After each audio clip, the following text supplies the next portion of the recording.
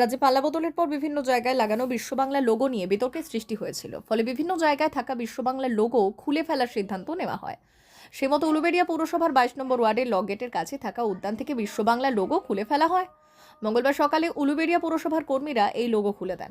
Uluberia lock গেটের military ব্রিজের পাশে একটি ছোট উদ্যান আছে, সেখানেই আছে বিপ্লবী নানু ঘোষ এবং প্রয়াত প্রাক্তন মন্ত্রী রবীন ঘোষের মূর্তি। বছরখানেক আগে উদ্যানটি নতুনভাবে সাজিয়ে তোলার উদ্যোগ নেয় পূর্ত দপ্তর। উদ্যানে বসার চেয়ার লাগানোর পাশাপাশি আলো দিয়ে সাজানো হয়, সেই সঙ্গে বিশ্ব বাংলা লোগো বসানো হয়। এরপর মঙ্গলবার সেই লোগো খুলে নেওয়া হয়।